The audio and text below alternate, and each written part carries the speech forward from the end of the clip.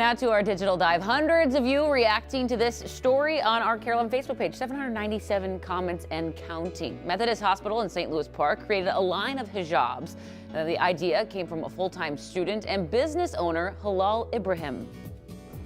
I first noticed the need when I was working labor and delivery and seeing a lot of Muslim women, either their hijab was falling off during labor or they were rushed to a C-section and there was really nothing available for them. All right, so the hijabs were designed specifically for hospital patients and employees in partnership with Ibrahim's company, Henna and Hijabs. Proceeds from the hijabs sold in the hospital gift shop will support scholarships and grants for people pursuing healthcare careers. Like I said, we got a lot of comments to this story. Here's what some of you are saying. Brand commented on our Facebook page saying, if you read the article, it sounds like there is a definite need for patients. They should have sold them a long time ago. And Lindsay brought up a really great point. She said, instead of supporting someone's business and putting them in the gift shop for people to purchase, when they need one, wouldn't the hospital have them in stock like a hospital gown as an option to those that need or want one?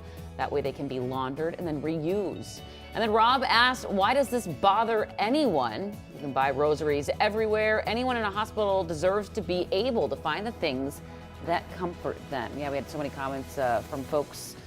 Pretty negative ones. We don't even want to say them here on air, but the majority thing is the hospital should have these on hand for people that need them. Yeah, it's nice that this hospital has people of color, a diverse crew and staff to say, hey, this is necessary and needed.